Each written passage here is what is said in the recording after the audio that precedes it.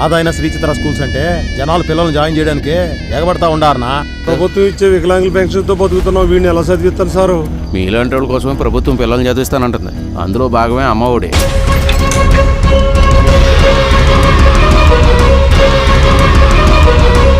Effect మన corporate school అన్నిటి మీద పడుతుంది. ఆ తర్వాత అందరూ గవర్నమెంట్ స్కూల్ అంటే పడతారు. మనం ముష్టెత్తుకోవాలి. మారుమూల గ్రామాల్లో పాడైపోయిన స్కూల్స్ ని పునరుద్ధరించాలనుకుంటుంది నాడు నేడుతో. అంతేకాకుండా పేద పిల్లలు కూడా ఇంగ్లీష్ నేర్చుకోవాలని సంకల్పించింది. పోయిన ప్రభుత్వాలు కూడా ఇట్టే చెప్పినాయి. ఇది పనిచేసే ప్రభుత్వం. ఆనాడు పేపర్ చూసావమ్మా? ప్రతిపక్షమే ప్రభుత్వాన్ని నడిపిస్తున్నట్టు రాసుకొస్తున్నారమ్మా. నేనెవరో తెలుసా నీకు? జనదేశం పార్టీ జిల్లా అధ్యక్షుడిని. మేము అధికారంలోకి వచ్చాక ఏ ఒక్కరిని వదలం.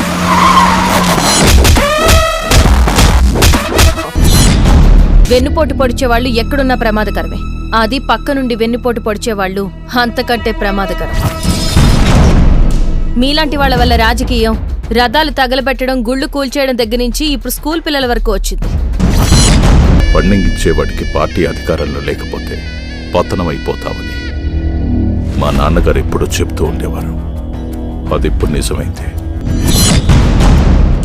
16 నెలలు ఎన్ని విధాలుగా ముప్పు తిప్పలు పెట్టినా అన్నీ ఎదుర్కొని ఆశయం వైపు అడుగులేశాడు.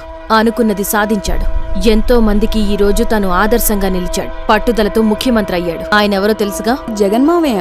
ఆమె సిన్సియారిటీ చూసినప్పుడే నేను అనుకున్నాను తన సీఎం రికమెండేషన్ అయి ఉంటుంది. ముఖ్యమంత్రి మా పార్టీ గనక అధికారంలో ఉండింటే నీలాంటి ఎదవల్ని దగ్గర కూడా రాణించేవాడిని కాదు. ఈ రూమ్ అంతా పసుపు నీళ్లతో కడిగించు.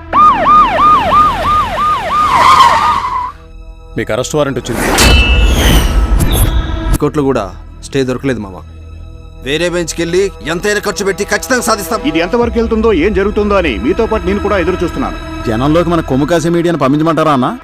ఆ మీడియాల ఐడియాల వల్లే మన బతుకులు ఇక్కడ దాకా వచ్చాయి. బడి అమ్మ బడి అన్నది అక్షర సత్యం. ఈ రోజు మీరు ఇంగ్లీష్ లో పాస్ అయిన తీరు చూస్తుంటే తెలుగుతో పాటు ఇంగ్లీష్ కూడా ఉంటే అది జీవనోపాధి మాత్రమే కాదు, జీవితాన్నే శాసిస్తుంది అన్నది సీఎం గారి సంకల్పం.